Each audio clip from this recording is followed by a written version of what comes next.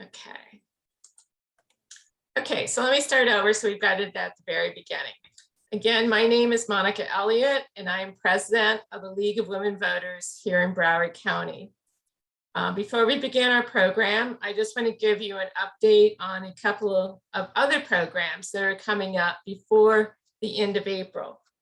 One is on Tuesday, April 26th at noon, and it will be the 2022 Florida Legislative Session and Affordable Housing in Florida. Sandra Einhorn, who is the Executive Director of the Coordinating Council of Broward, will be our speaker, and that will be via Zoom also. So that's Tuesday, April 26th at noon. And then 2 days later, on Thursday, April 28th, starting at 6:30 p.m., we have a workshop being presented by ourselves and the Christchurch Anti-Racism Task Force about affirming diversity. This learning experience will illuminate Broward County's history of racism and resistance, define some relevant terms, explore implicit biases, and develop an action plan for interrupting and reducing implicit biases. And again, that's on Thursday, April 28th at 6:30 p.m. For that program, you do need to pre-register, but just go to the event calendar on the League's website, and you'll be able to see how to do that. So without any further ado, I will turn it over to Stephanie. Just one thing for people to remember, if you would be sure to mute yourselves, and if you have any questions, if you'll put it in the chat, and we will monitor that. Okay, so Stephanie, it's all yours. Well, welcome everyone. It's nice to see you all. Thank you for joining us for this discussion tonight. We're very appreciative that Dr. Aitkaliyeva can join us to discuss a topic that's much talked about, especially of late as climate change accelerates and we're looking for remedies. Many people have strong feelings about nuclear energy, and we have an opportunity tonight to hear from a nuclear engineer and to ask some questions. Again, we ask you put your questions in the chat and we'll address them at the end of her presentation. It's my pleasure to introduce Dr. Aitkaliyeva. She's an assistant professor of nuclear engineering in the Department of Materials Science and Engineering at the University of Florida. She received her doctorate in materials science and engineering and has a master's in nuclear engineering. She's received multiple awards and has published more than 50 articles and made many more presentations at international conferences. So we really appreciate you being here. And I'm going to have you go ahead and turn it over to you then. Thank you. Great, thank you so much. And for inviting me to talk to you. And thank you everybody for tuning in and taking the time out of your busy day to listen in. I know nobody necessarily wants to sit on Zoom at 7 o'clock in the evening on a Wednesday night, but I appreciate you taking the time to do it. For those of you who have attended the conference and have seen this presentation, some of the slides will be repetitive and I apologize. But hopefully some of you have not seen it, so we'll go ahead and just talk about a little bit more about the nuclear energy, because like Stephanie mentioned, a lot of people have a lot of different feelings about nuclear energy, and they're not necessarily informed by facts. They're mostly informed by a lot of the misinformation that's out there. Because when we think about climate change, we don't necessarily think, oh yeah, nuclear energy is the way to go.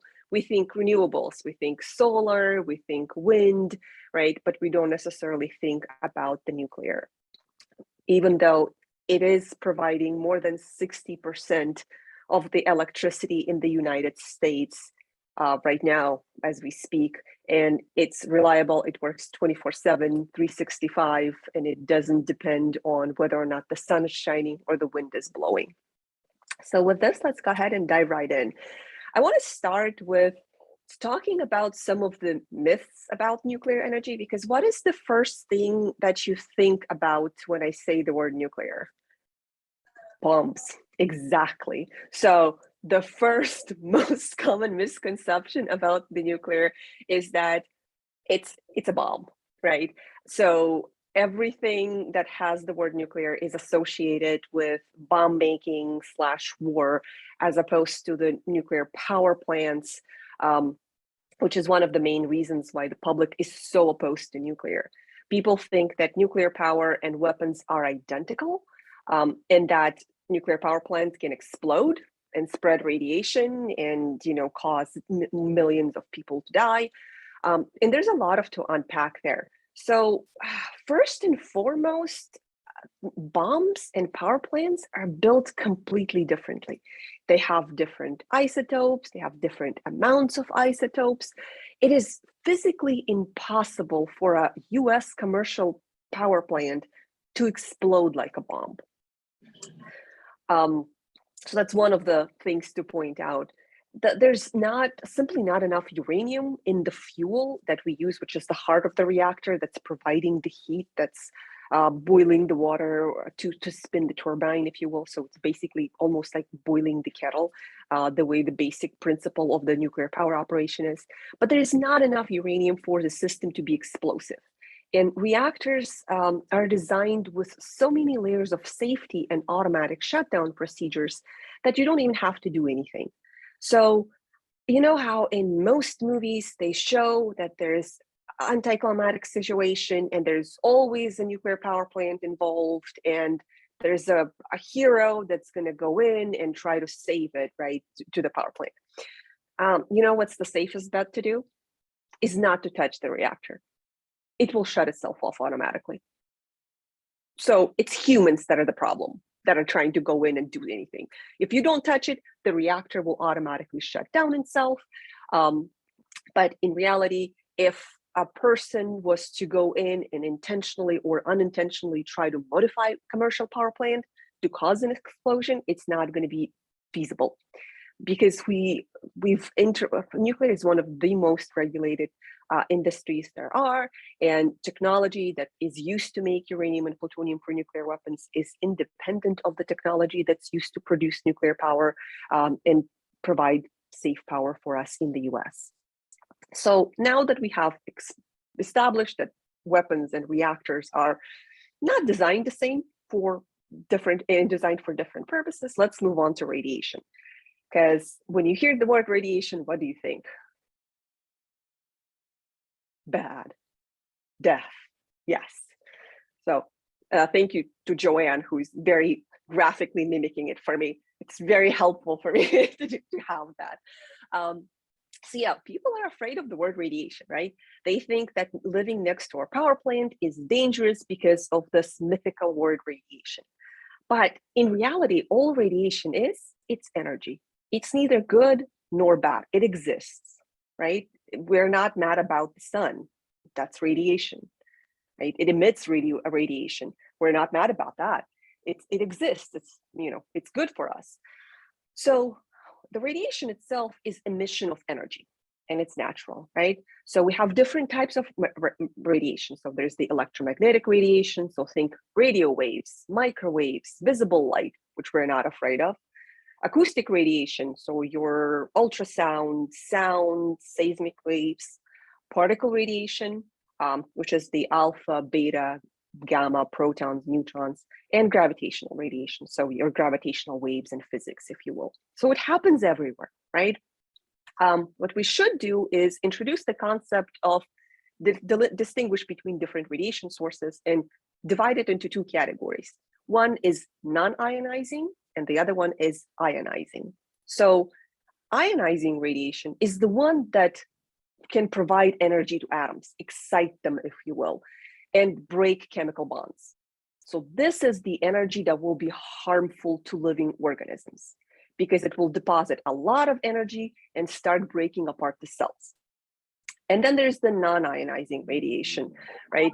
That doesn't excite atoms. So this is your cell phones, microwaves, that you can safely sleep next to your cell phone. It's not going to cause you cancer because it's not an ionizing radiation source. So it's not going to do anything. It doesn't pose any harm to you, except for, causing addiction and not letting you sleep at night. But ionizing radiation is what we should be concerned about. The issue is that people think that it is unstoppable, because when they think about radiation, they think Hulk was exposed to gamma radiation, he grew in size and whatever else, right? In reality, so people think that radiation knows no bounds. In reality, everything can be stopped. So if we're talking about different types of radiation, so the ionizing radiation in this case that we're discussing is alpha, beta, gamma rays, X-rays, neutrons. Alpha particles can be stopped by skin, thin layer of paper. So if you had some alpha particles on your hands, you go wash your hands, it's all gone. The issue would be if you used said hands to eat and you got it on the inside, then it will deposit a lot of energy, right? So if you ingested it in any way, shape, or form. Beta particles could be stopped with just plastic, wear safety goggles, you'll be good, it's not going to impact you. The gamma rays and the X-rays can be stopped with lead, which is why the techs are wearing, anytime you're getting X-rays done, they're wearing a lead wet vest. Then the neutrons themselves that we use in reactors to induce fissioning, which is inducing the heat production, that can be stopped by concrete. So 3 feet thick wall is sufficient to stop all of that, and you're not going to get anything on the outside. So if radiation happens naturally in the environment, why are we so afraid of it? Moreover, what if I told you that it's everywhere and it's in our everyday use, right? So if you thought about an average person living anywhere in the US, an average person will receive about 620 milligrams dose on an annual basis by just living. And majority of it comes from the background, as in radon gas that exists everywhere. A lot of you probably had your houses surveyed for radon, right? There's the stuff that comes from space. If you're flying, you're receiving an extra dose of it. And then the other, most half comes from medical sources. So if you had a CT scan done or an X-ray or any kind of other test, so say if any one of you had gallbladders tested, they will inject a radioactive isotope in your system. So that's your other source of radiation. Because if you look at how much radiation an average person receives from just living next to a power plant, it's below 0.1%. As in, why are we so afraid of it if we're receiving 620 milligrams on an annual basis every year? Or if we flew somewhere, we would receive a lot more. So, why are we then afraid of radiation? So in terms of subdividing it a little bit more, the relative doses from radiation sources, the highest dose you're going to receive from just getting a whole body CT scan, if anybody gets those, or an MRI, because that conveniently dropped the word, because it used to be a nuclear resonance imaging spectroscopy, but they dropped the word nuclear because that's scary. So now it's just MRI, not MNRI. But that's what would get you a higher dose. Or if you lived higher out in the mountains, as opposed to us next to the sea levels, you will receive a slightly higher dose. Or even if you got a chest X-ray, you're still going to receive more dose than living next to a power plant. And yet we're still very much afraid of living next to power plants because we think that that's going to cause us any issue. So if we also thought about exposure, if you lived anywhere within a 50-mile radius to a power plant, which if we live in Florida, or if you live anywhere in Miami, there are at least 2 power plant systems that are available, that are working all the time and providing safe power. You're not receiving any extra dose living next to those power plants. We were exposed 200 more times to radiation from food sources alone than from Chernobyl incident that happened in 1986. And we'll touch base a little bit more about Chernobyl because of everything that's happening currently in the Ukraine. But let that sink in. In terms of comparing radiation sources, the radon is the most significant factor to it, and it's naturally occurring, and it's a gas, and we don't get rid of it. It just depends on where you live, right? Versus the radiology, versus how much dose you receive from nuclear power plants, or even if you did a bomb test, which we don't do, right, currently.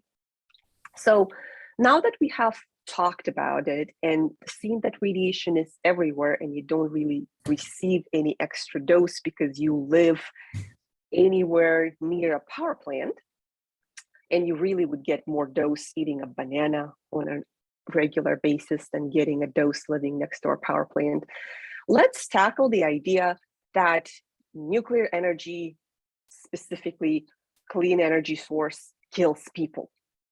There's a misconception that there's been more deaths that have been associated with safe nuclear power, and I'm not talking about bombs, I'm talking about safe nuclear power production, than any other energy source, which is simply not true, right? So if I compare the deaths that were caused by nuclear versus any other energy source in terms of pollution, we'll see that nuclear is the safest source by far, especially comparing to coal, petroleum, or even natural gas, right? And if we even thought about the new clean energy sources that we're advocating for, like the wind turbines, they kill more people per unit of energy than nuclear. And this is just demonstrating the unfortunate incident that happened in the Netherlands, where two workers were standing on top of a wind turbine, and they unfortunately passed away, I believe, from this specific incident. But if we think in terms of nuclear weapons versus nuclear energy, we can compare Korea. So North Korea to South Korea. One of them chose to go with nuclear weapons route, while the other chose to do a safe nuclear power production. A big difference between the two countries, right? So just a little bits of thought. But let's not stop there. Let's talk about numbers, because for all you know, I'm just advocating for nuclear because I'm a nuclear engineer where I work for a Department of Nuclear Engineering. In terms of cause deaths by nuclear energy, we have three most terrible nuclear incidents that have happened, right? That everybody talks about, which is Chernobyl, 3 Mile Island, and Fukushima.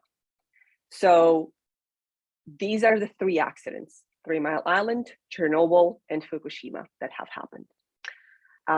Deaths that caused by the nuclear accidents, Chernobyl was the worst situation that we have ever had in the history of nuclear since its development and inception and power production since 1950s. In Chernobyl, we had 2 people die as a result of the initial exposure. Those were the 2 operators that were present in the facility when there was an explosion. They had 28 people, which were the firemen and emergency cleanup workers, that died from acute radiation syndrome in the first 3 months right after the explosion that caused the accident. 1 person died from cardiac arrest, and I believe there were 15 deaths in total from thyroid cancer in 25 years. There were no effects on fertility, malformations, or infant mortality, even though at the time they were so afraid of it that we're encouraging people to get abortions rather than have a child, which is completely misconception. There was no increase in any kind of cancer that we have been monitoring since 1986. The major outcome of that incident was the fear from the nuclear, right? There were, and if we go back to the whole, there were 200 times more radiation coming from food than from Chernobyl itself. That just puts things in perspective. And Fukushima was the next most deathly situation that has happened right back in 2011. The 2,000 people died from the evacuation or the stress, and more than, I believe, 200, there were 20 or 200,000. I actually don't remember how many people died from the tsunami itself. but there was no people that have died because of the explosion that they have happened, that they had, or because actually it's not an explosion. It was the tsunami that was overpowering the backup diesel generators. So they had no increases in thyroid cancer, but there was a lot of harm that was caused by evacuation, by the fear of nuclear, because they were moving people around in the fear of the reactor meltdown. And in terms of comparing the effects of pollution, on an average, at least 5 million people die per year from air pollutants from fossil fuels. And if we reduce that by 2/3, if we eliminate fossil fuels, and there were more fossil fuel accidents that are happening because of the fossil fuel extraction and reprocessing. But in terms of, if we measure the death rate based on the deaths from accidents from air pollution, you will see that the nuclear is one of the safest choices. You obviously have even safer choices, which are solar and hydropower and wind, but they're not a reliable baseload power source. They don't work 24/7, 365. The solar provides you power when the sun shines. Our current reserves of batteries that are storing the solar power are not fantastic at operating to their full capacity. So when I say nuclear provides the best baseload power, I mean that it can operate 24/7 without reliance on anything else. It doesn't need extra batteries or anything like that to keep going. So the next one that I want to tackle is that most people get their nuclear knowledge from The Simpsons, because that's one cartoon that went to and fro about nuclear, because Homer Simpson works for a power plant that has the worst history of maintenance, right? So contrary to what you might have seen on The Simpsons, nuclear fuel is not green liquid goo that oozes from containers. It's not that. It's actually comes in a form of a solid fuel pellet. It is a ceramic. It's one pellet, it's about the size of a pencil eraser, and it produces the same amount of energy as 17,000 cubic feet of natural gas, or 120 gallons of oil, or nearly 1 ton of coal. And, put that in perspective. But what do we do with the spent fuel? And here's the deal. If we looked at all of the fuel used in the history of the US, the volume of the fuel used across the United States would cover the area of a football field. That's less than 10 yards. We don't have a lot of that extra waste. So that's another myth that we have, is that the nuclear waste issue is out of control and we're producing so much waste that we don't know what to do with it. I don't know if any one of you watch John Oliver. I watch his show and I happen to enjoy it, but he did one episode that just raised my, I had to step away from watching John Oliver for a while, but he did one on nuclear waste. So he stated so many different things there that I was astonished, because he usually is pretty good at doing his research. And it was obvious that he was talking not to necessarily to a nuclear engineer, but somebody who was anti-nuclear. I understand that there's not a lot of us that are willing to talk in public, because we fear public. We're very introverted. Talking to people is hard situation. Nuclear scientists are not the most outgoing, right? But if you think about it, what he has said is that, to summarize, waste is extremely dangerous. There's so much of it that we don't know what to do with it. This waste issue would lead to radioactive alligators, and we will all die. That was the basic message, right? If we don't do anything about it. So John mentioned that we produced 70,000 tons of waste over 60 years, which, if you think about it, won't even fill a good-sized landfill. Coal generates that much toxic waste every 30 minutes. And yet we're very upset about the nuclear generating that over the 60 years time span, right? So if we stacked all of the nuclear waste produced in the US, we'll fill about half of the first floor of the Empire State Building. Coal will fill 148 Empire State Buildings every year. just puts things into a little bit of perspective. But if we look at the 45 years of Swiss nuclear waste, it fits into one tiny warehouse, which you see over here. And in fact, if one of us, say, if I used electricity that was only produced by nuclear power for 70 years, right? All of that waste would fit into one soda can.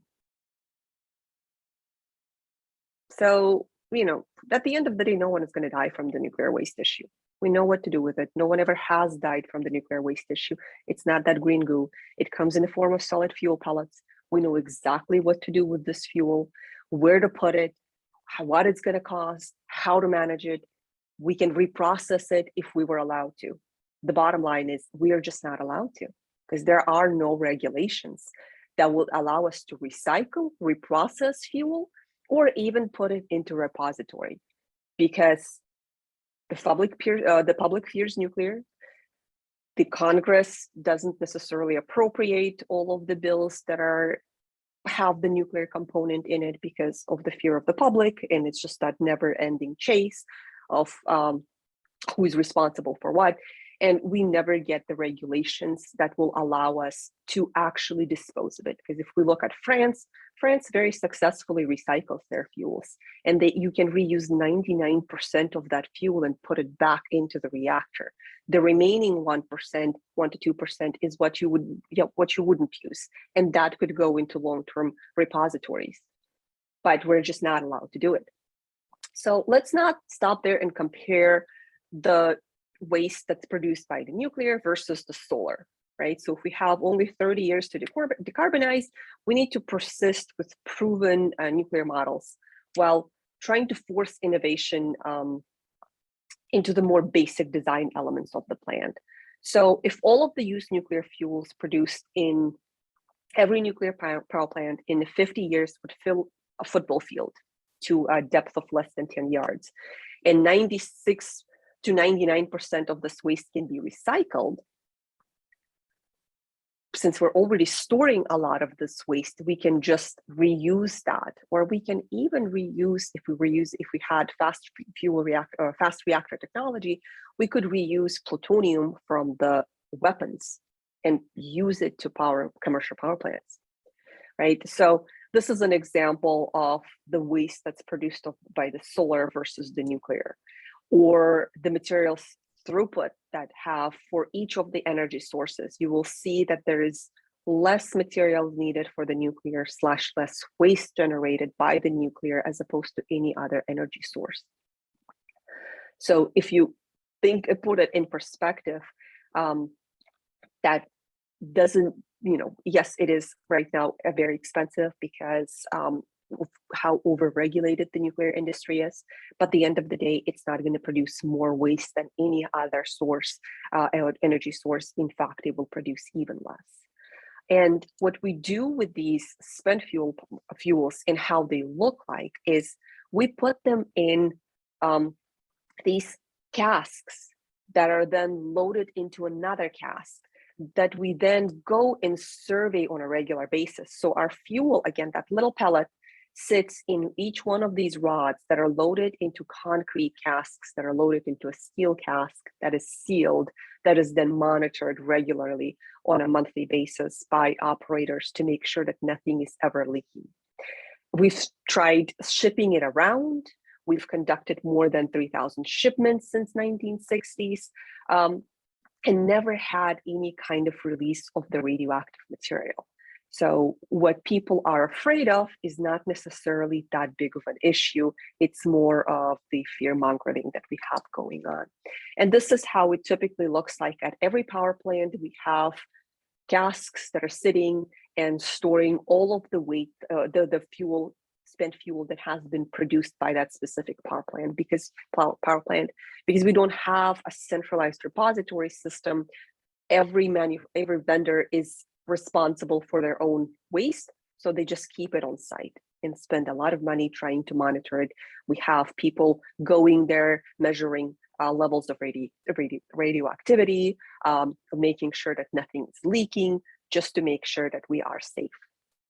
But if we were to use this new technology that is available and we were allowed to reprocess fuel, we could use the commercial fuel and burn it in fast reactor systems and get 10 times more energy out of it instead of just throwing it away, because that's what we're doing. It's just sitting there unused, right?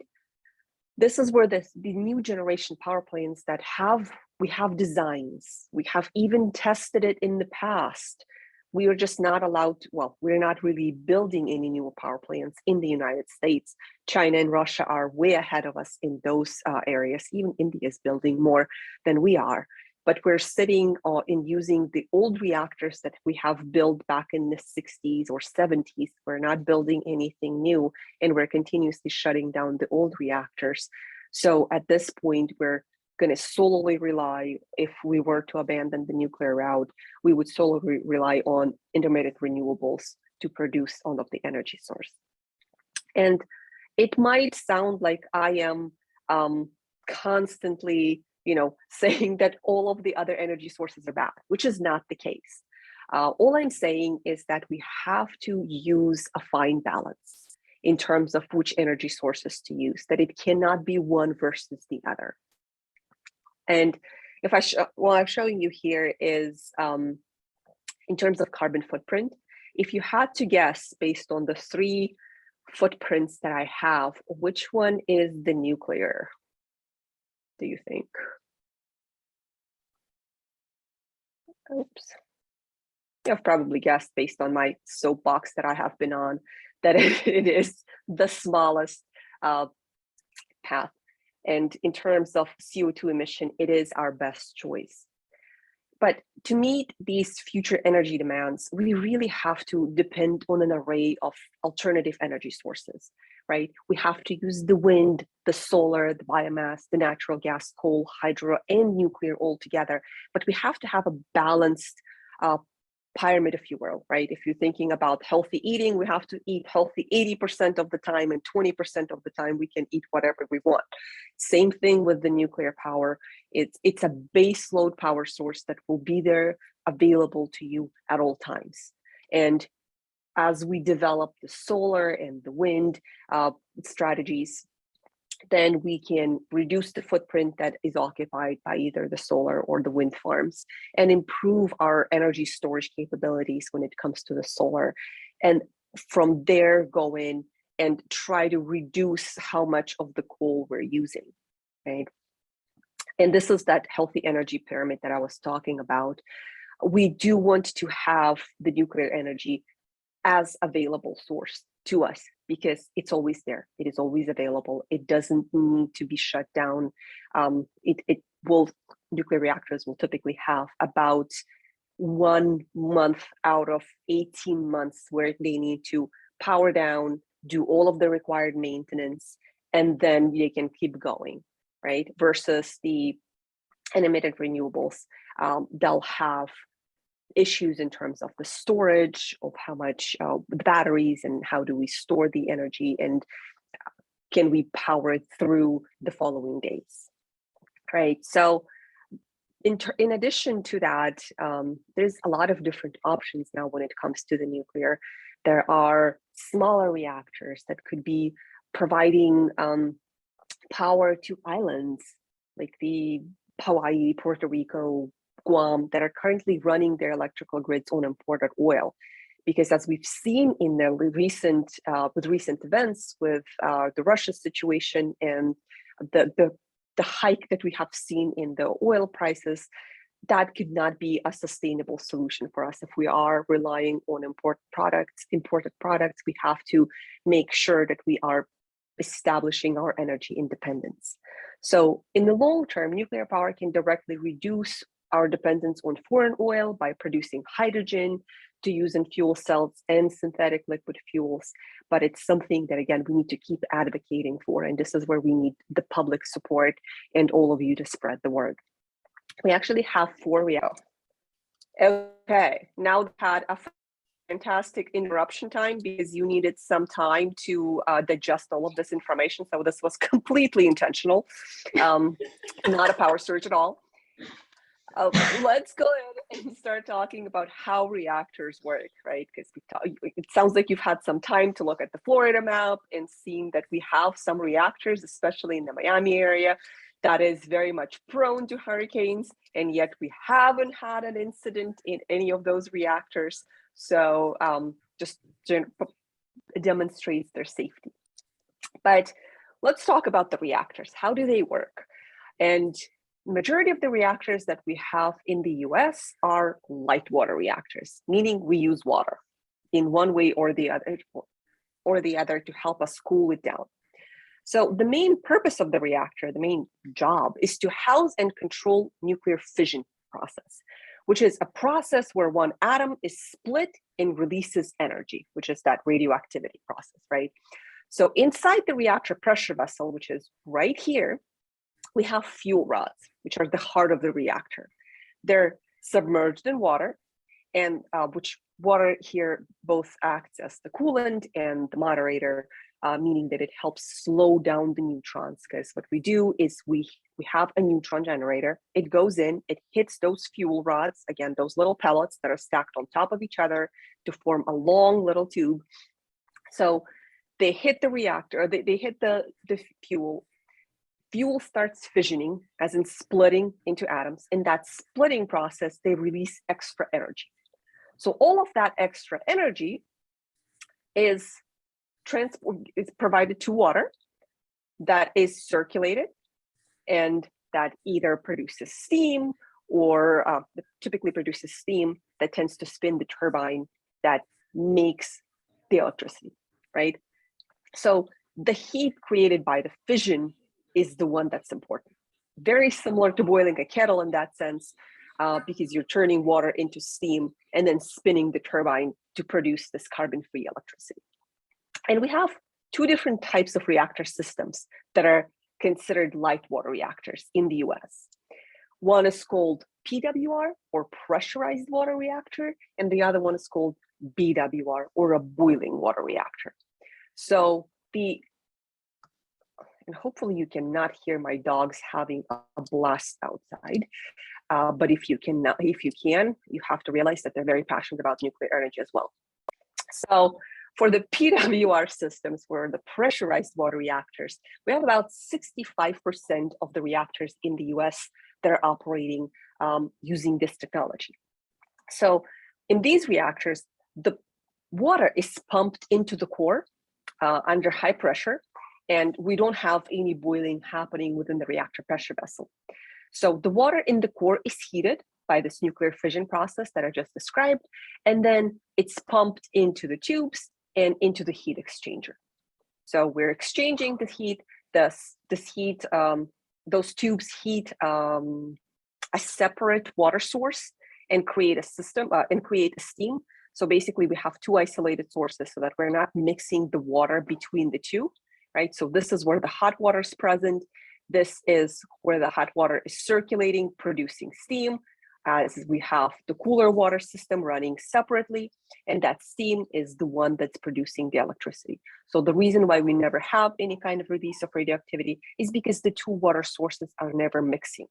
They're in two separate units, so you're never going to have a release of any kind of radioactivity that's unwanted, because unless there's an accident type of situation. So this is, our water is circled back into the reactor, and the process goes on, right? And roughly a third of the reactors in the US are operating so what's known as the boiling water reactor system. It's a little bit different. As it implies, we're actually heating the water and producing steam directly inside of the reactor pressure vessel. So, right, we're pumping the water through the reactor core and heating it by fission, right?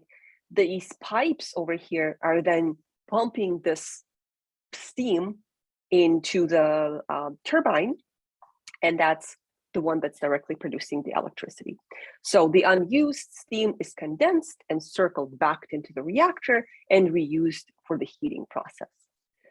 And these two different reactor types, or the LWR technology, has been used in the US since we started building them. So really, LWR technology is the same ones that are powering our submarines, which is where all of that power production really has started, right? So there are advantages and disadvantages to this technology. The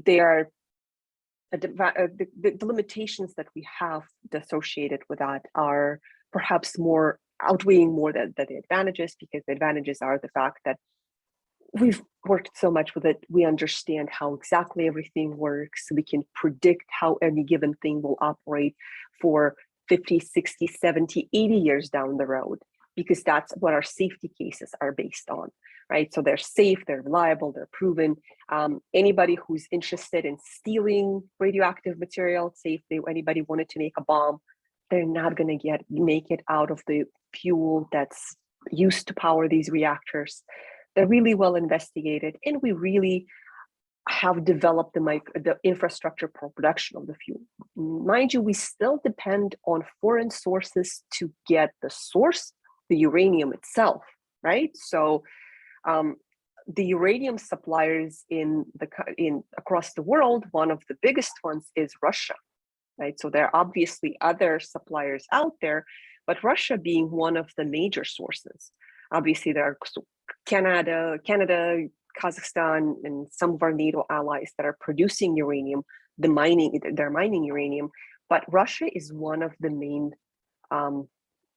suppliers of the uranium ore, which is the one that we need to make the fuel.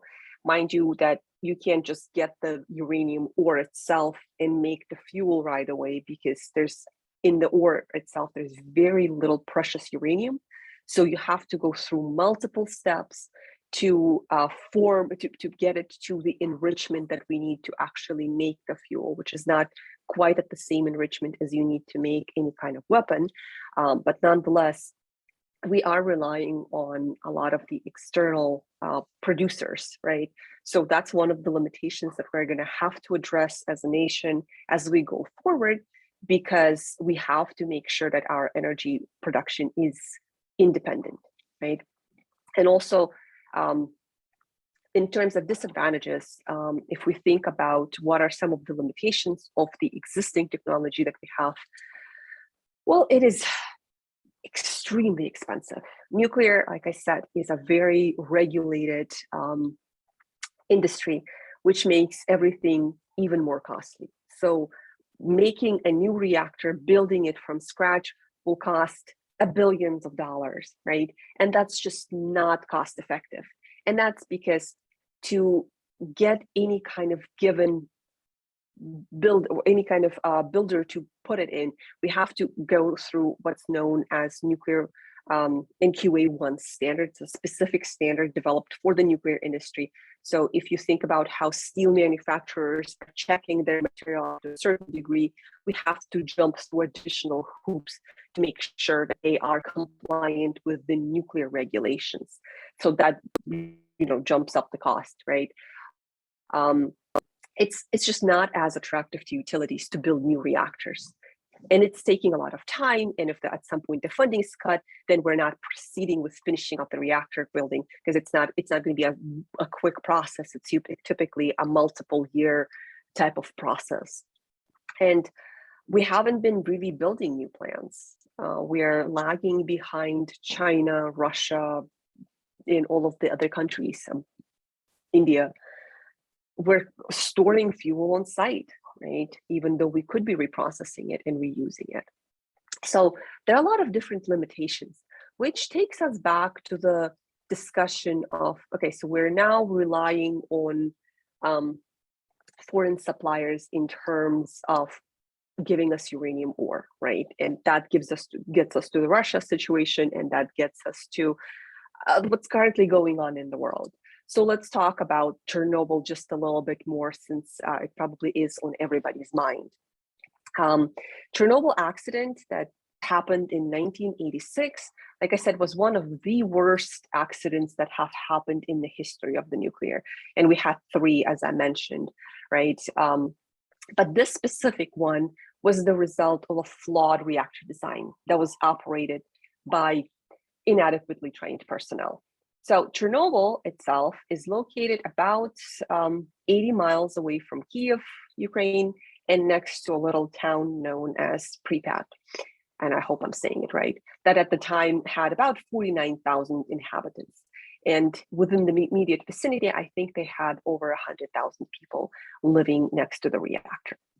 The reactor site at the time consisted of 4 reactors that have a Soviet design. It was known as RBMK 1000.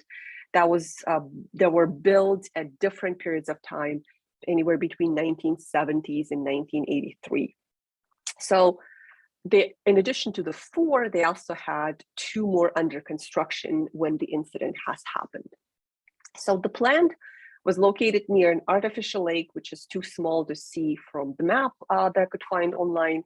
And this lake was used to cool the reactor, right? In case if we have an emergency kind of situation, we want to dissipate the heat, right? Because our fuel is the one that's fissioning, that's producing the heat, that's then spinning the turbine. We want to have a coolant there should something go wrong to cool down the reactor, right?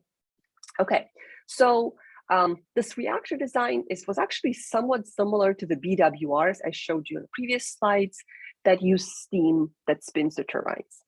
But unlike the US reactor, this reactor used graphite as the moderator. Reminder, we use water, and it functions to slow down neutrons and to make them more efficient at producing fissioning process in the fuel.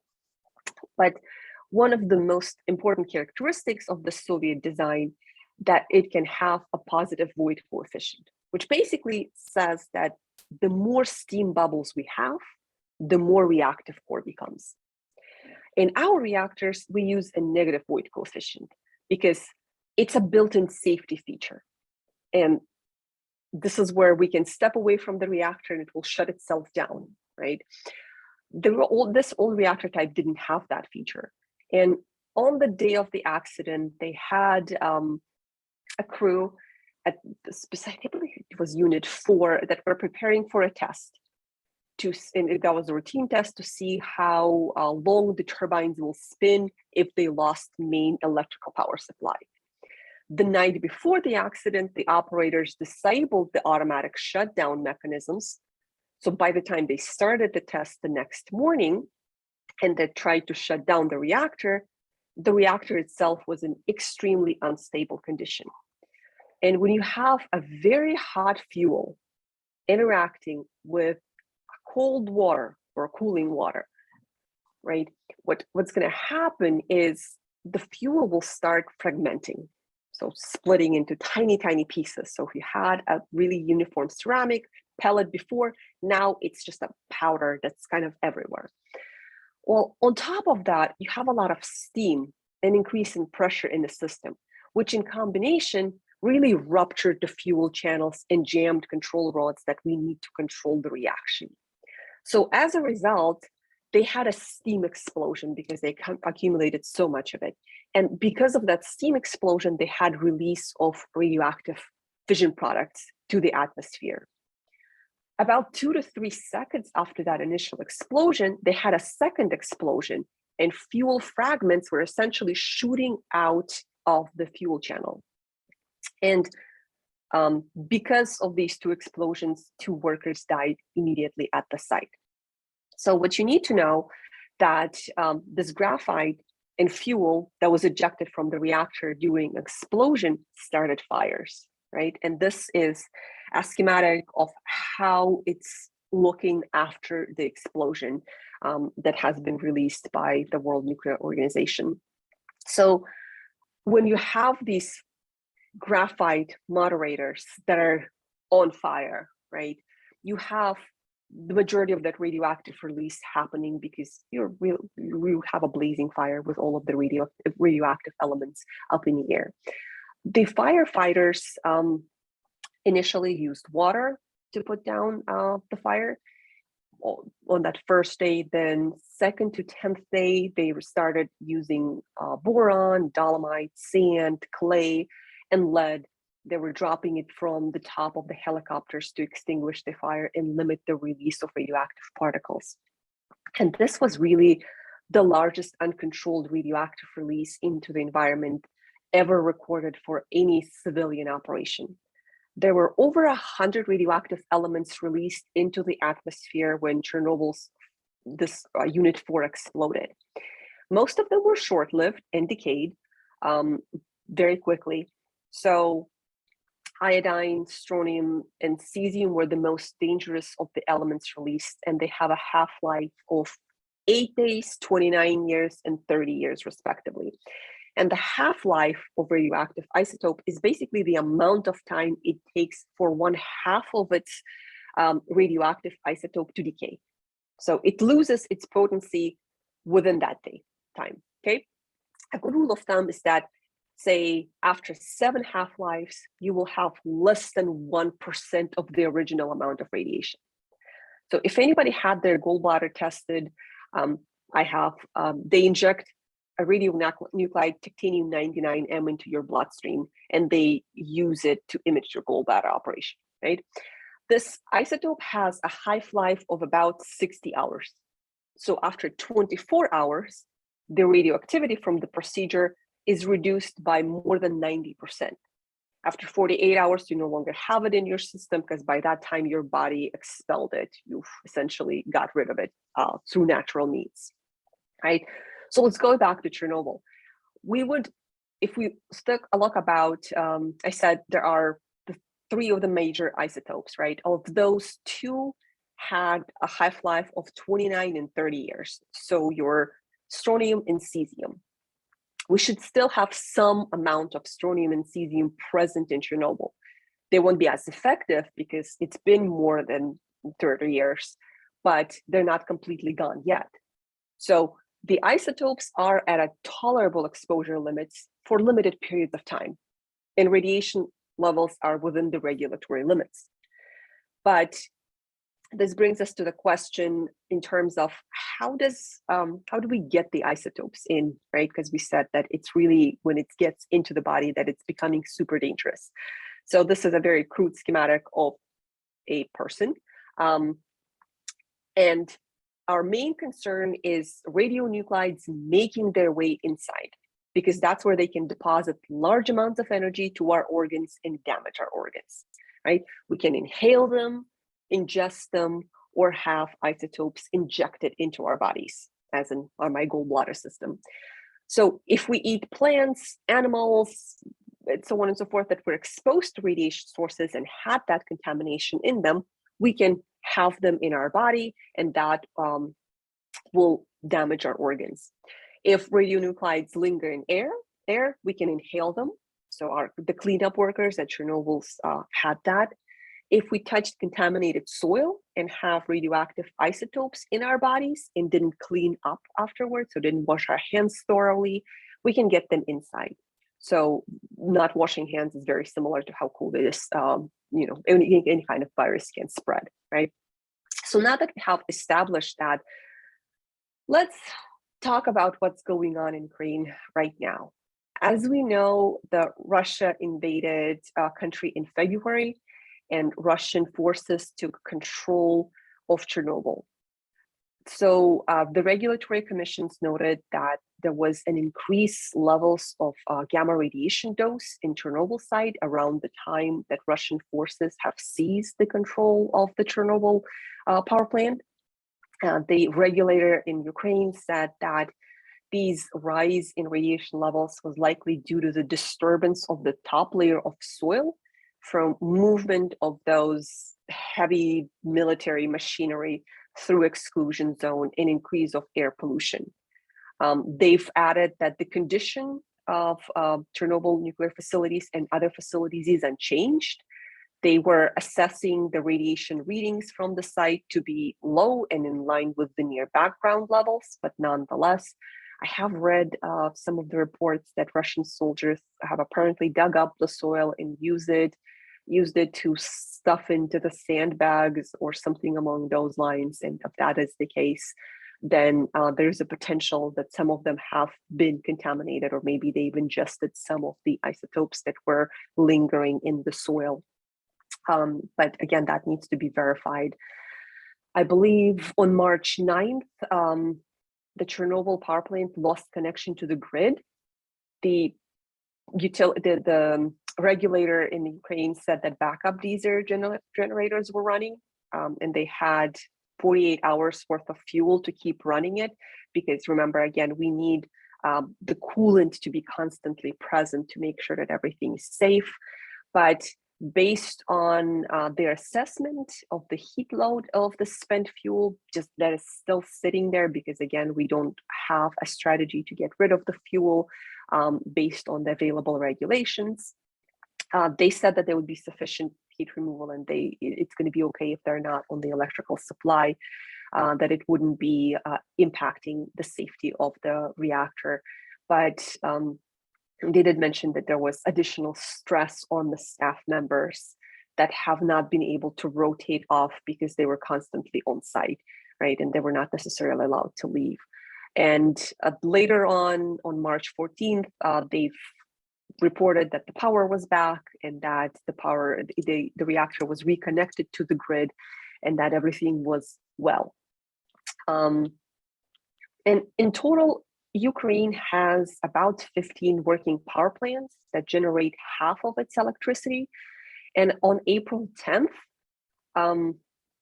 8 of the country's 15 reactors were operating. One of them, this reactor, and I'm going to butcher this, Zaporizhia, I guess, that were operating, that were actually came under attack. There were reports that fighting between forces overnight resulted in a projectile hitting a training building within the site next to the 6th unit of this power plant. The regulators reported that that there was fire at the site, but it was not impacting any of the essential equipment that's needed to make sure that power plant is working safely. And there was no reported change in radiation levels at the plant, and the 6 reactors were not impacted. Nonetheless, Russian forces took control of the plant. And the reports were that Russian forces were allowing shift workers to actually change shifts and operate as normal. And the workers were not allowed to leave the site, I believe, but at least they had some consistency in terms of operations. On March 11th, they were actually allowed to leave and have adhered to their regular schedules. There was some loss of power lines. They have 3, and one at a time they lost one or the other. But again, they didn't have a significant impact on reactor operation. As of April 10th, based on the news that I've seen, the Unit 1 that they had is under planned maintenance outage, so it hasn't been impacted whatsoever. Unit 2 was operating at 2/3 of its capacity. Unit 3 was in a cold shutdown, so it wasn't working. Unit 4 was operating at 2/3 of its capacity, and the other 2 units were shut down. So these new reactors designs are not the same as Chernobyl. They have, because one thing I didn't mention about Chernobyl is that they didn't have a containment vessel, which was the one responsible for the release of the radioactivity, because we have multiple layers of protection. So these ones actually have a containment vessel, and it's a reinforced concrete wall. So it's 4-foot thick concrete that, in addition to that, have a steel liner on internal side of the container. It's about 0.3 of an inch. And then in addition, the spent fuel is protected by 12-inch thick and 20-foot high concrete walls. So even though there were operations, military operations, they didn't seem to be specifically targeting the power plant. So once they seized the control of it, everything was operating as it should. And that gets us to just discussion on terms of what's next coming up, right? The situation in Ukraine is still under development, so we're still closely watching. It's very great. We're happy to know that there has been no release of radioactivity, that there has been no incidents.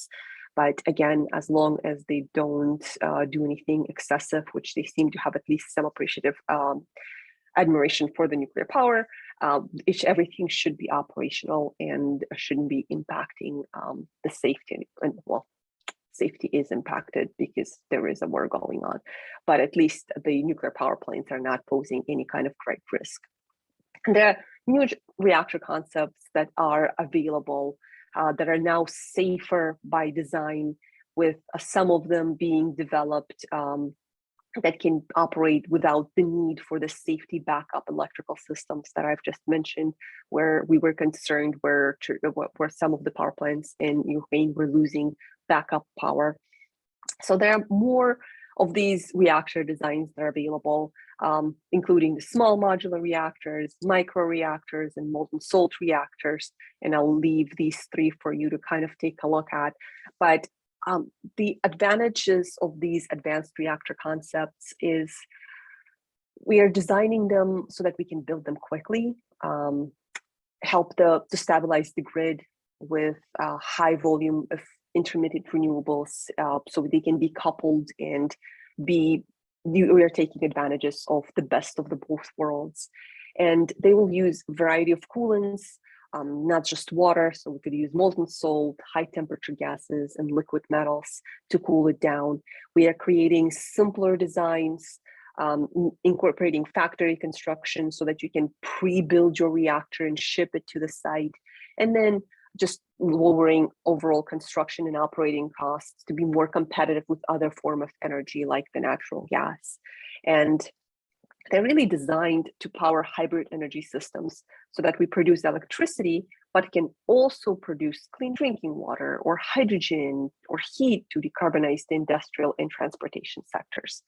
In terms of the innovation, the industry is more or less split into two parts. The first is so-called small modular reactors that you see on the left, which are designed to be small and reliant on mass manufacture rather than a really elaborative engineering.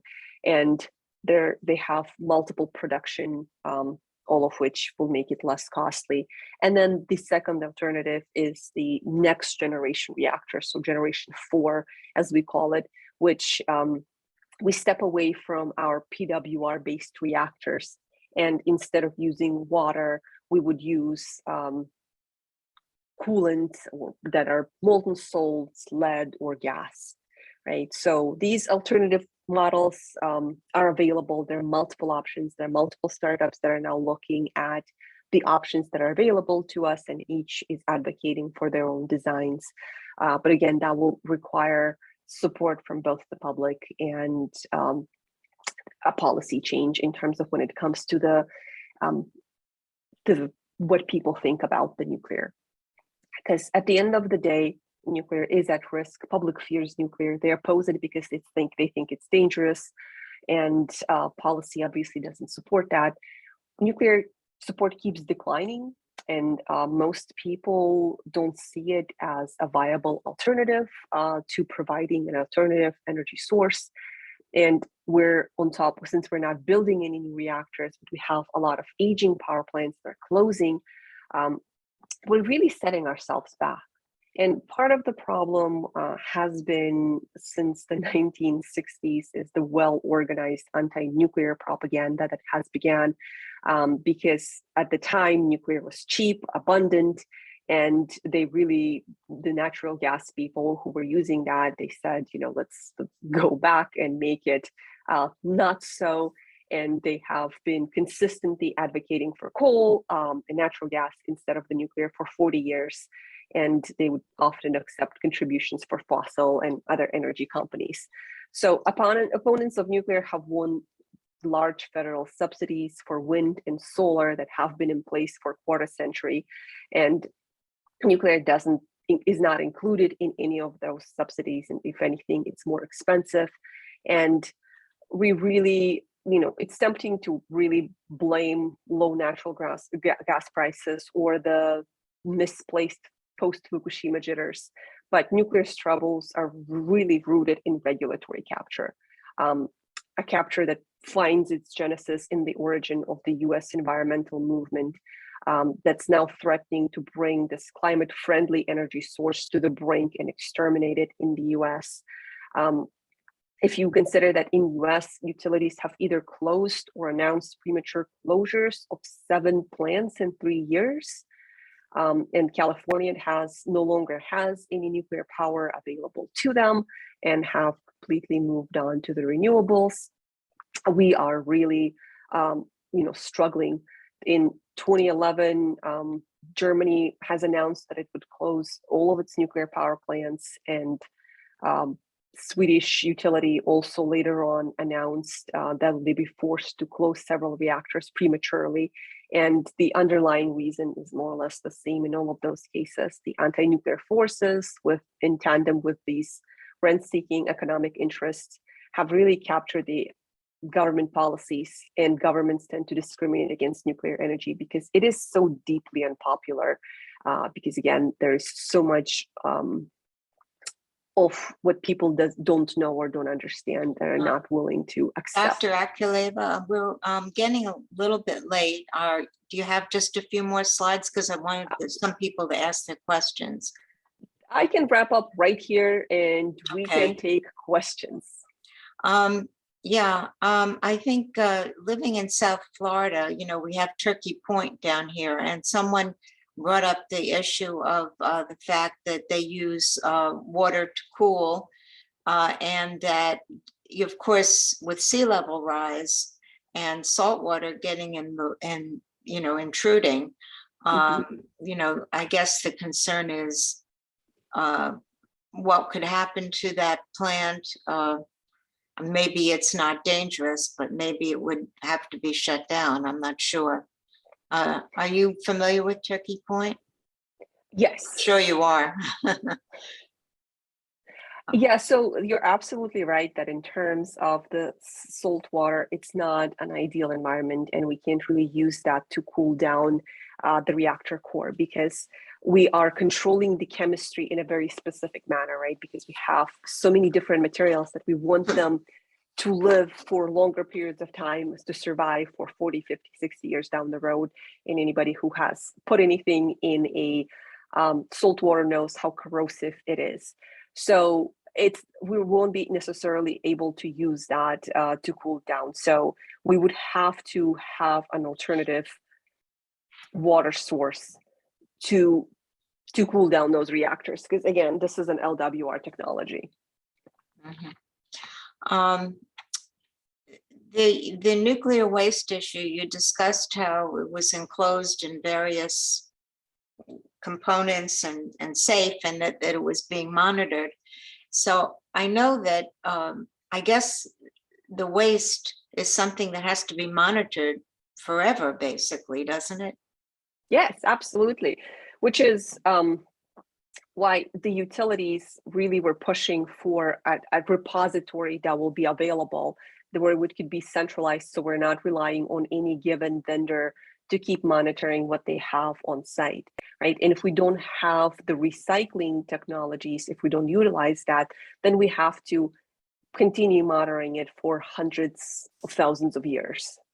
So if we had a repository and we put it there, then we would obviously assess the conditions and put it such that there is no potential leakage of the fuel into the ground or into the environment, so that it's not released and it's not getting back to the environment and not impacting us. So a repository would mean that it would not have to be monitored? It would be monitored, but it will be monitored by one entity, and it would be in a specific location with a specific, carefully controlled environment, as opposed to what it does now, which is sitting on each reactor site. Yeah. I'm kind of scanning through the chat, and I think some of the questions that people had early on, I think you did answer. I don't know if there's anybody else online here who wants to ask a question. Let's see, maybe we should close the, okay, yeah, Yep, there we go. It might be easier this way. That was my next. Does anybody else have anything they'd like to ask? I thought I had read that you said that it was out of favor in a lot of places, nuclear power. And yet I read that there are some countries that are, well, France is expanding, right? And then I read that the United Kingdom is also recently announced that they're going to be doing more. So there is some discussion, probably because with the rapid acceleration of climate change, that some people feel they have to use every option to And that's get absolutely to the true. goals. Yeah. And you're absolutely correct, because there are countries that are chasing it, right? So France is on that wagon, so is UK, so is China, so is Russia and India. So they are realizing the potential of the nuclear energy, and that you have to really use the combination of the things. You can't rely on one particular energy source. What's upsetting is that we are being outpaced by other countries in this realm, right? Because we used to be the leaders in this technology, and now we're not considered necessarily the leaders when it comes to that. So we do want to make sure that that is changed, so that we're continuing our energy independence while exploring all of the possible options and not limiting ourselves to one versus the other because of us just not liking it or not understanding it. Susan, I see you had your hand up. I don't know if you were first, but you have a question? I do. Hi, thank you for this wonderful presentation. I hope we can reach out to you afterwards if we have other questions as well. Thank you. The question that I have, in the chat, there were mentioned some particular cases where people have cancer or perhaps radiation poisoning. So I think when it comes to activism or supporting a particular position, one thing you need to do is somehow address the narratives that are out there, the negative language. And I didn't know how one would go about doing that, how to refute various claims, if that makes sense. Absolutely, it does, because what we have to think about is, so say the fact that cancer rate can be caused by radiation. We use radiation to treat cancers, right? That's one thing. But in terms of the radiation and its impact, you have to relate it back to, did you receive a lot of dose in a very short amount of time, which is considered an acute dose, which is the one that's dangerous, versus very small amounts of dose over extended periods of time, because that's not going to be as dangerous, right? So those are the kinds of things that we need to keep having that narrative in engaging the public more and refuting essentially every single thing that keeps coming up, because the odds are it's not necessarily all of the picture, like it's not a comprehensive picture, right? Because you would want to make your decisions based on all of the facts, not just one of them. So we do need to do a better job. And I would absolutely agree with you, but parts of it is also relying on people like you all to who have at least now learned a little bit more about nuclear, and maybe you are curious to learn more and to help to advocate for it, where we have all of the resources available and we're always happy to share it with people. It's just making people listen to us and make sure that the star point does come across, as opposed to us just saying, but we're right. Jeff, I think you have a question, Jeff. Yes, thank you. Am I still muted or not? No, you're good. We hear you. Okay. This goes to a conversation I had with one of our local leaders of an environmental program who I got in a conversation about nuclear with, and his response was, yeah, nuclear power, what could possibly go wrong? And that kind of sort of opens up the discussion to what one of our participants posted on the chat, titled Environmental Injustice, Racism Behind Nuclear Energy. And, you know, my question is, how do you respond to those kind of comments?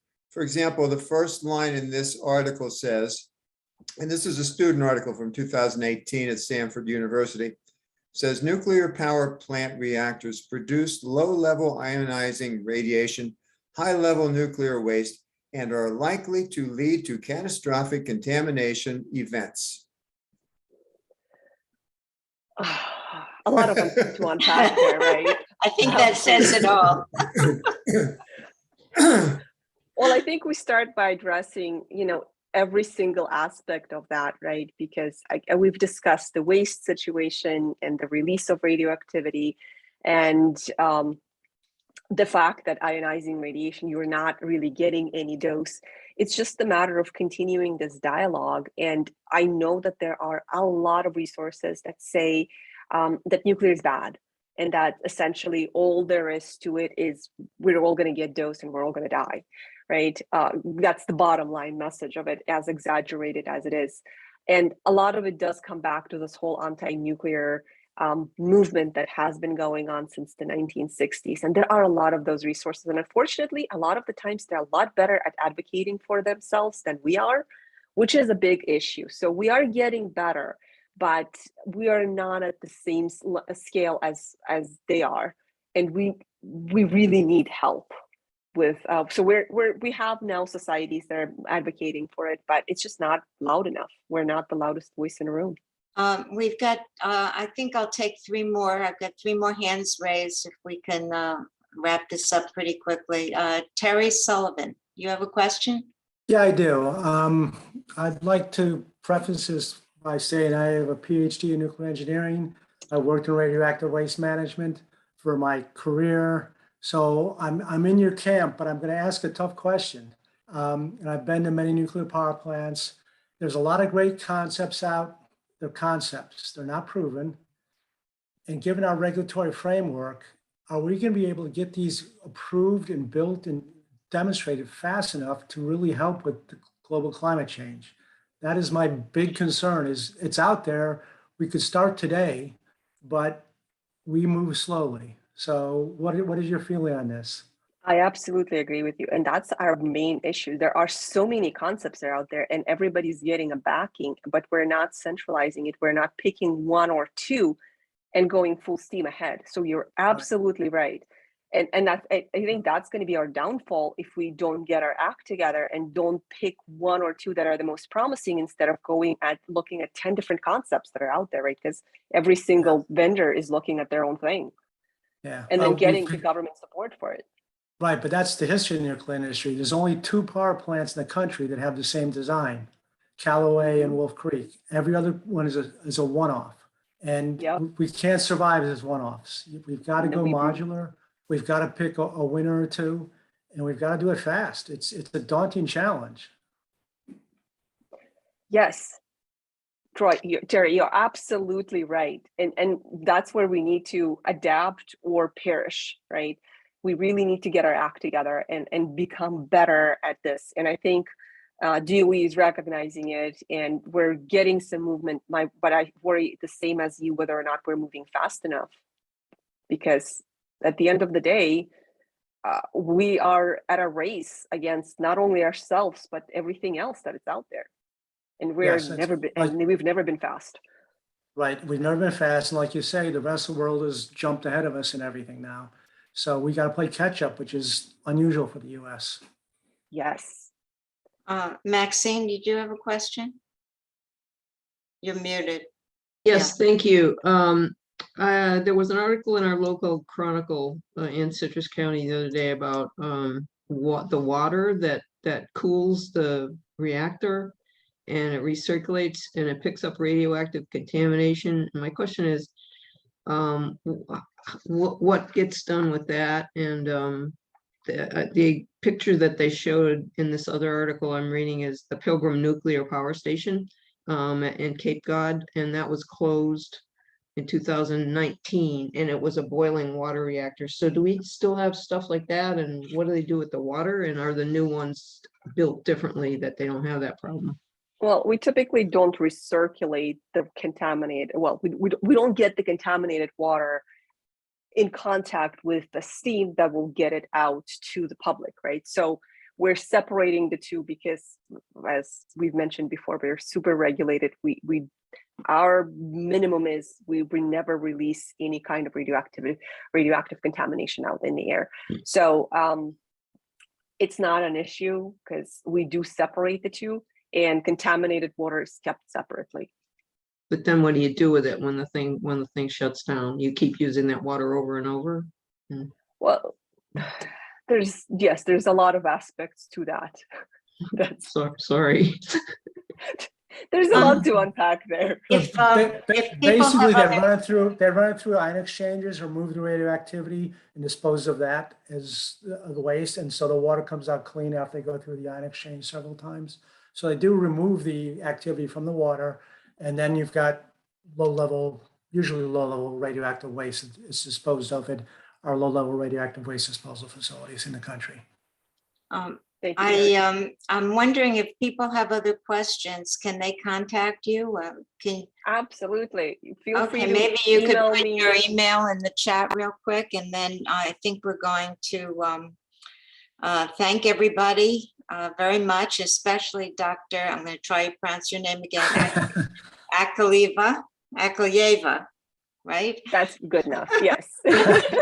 I go by Aitkaliyeva. Assel. It makes it easier. And we so appreciate the presentation. It's very enlightening. And if you put your email in the chat, we'd appreciate it. And then people can contact you if they have more questions. So thanks everybody so much for coming. And we'll say good night. Thank And you, we will have everyone. a recording, so you can watch it again and learn again and send this out to as many people as you know. But it'll be on our YouTube channel, and I will send out that link when we have it on the YouTube channel. Okay, great. All right. Thank you very much, everyone. Good night. Night. Thank you.